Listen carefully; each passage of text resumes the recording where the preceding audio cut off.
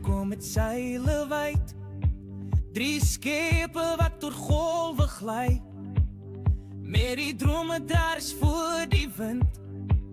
Hy is op pad om 'n voort te vind. Hy het 'n tuiste by Tafelbaai gemaak, 'n tuin geplant met groente en smaak. Hy het gekom vir skepe seeres by die voet van 'n Reuzebergse kus.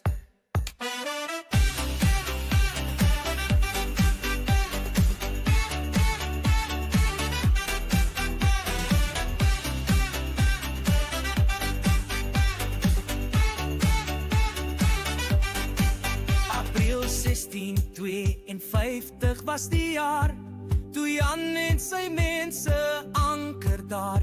Hulle bou huise plant en ploeg, met die berge agter en die see so vroeg. Hy het 'n tuiste by Tafelbaai gemaak, 'n tuin geplant met groente en smaak. Hy het gekom vir skepe seeres by die voet van 'n Reuzebergse kus.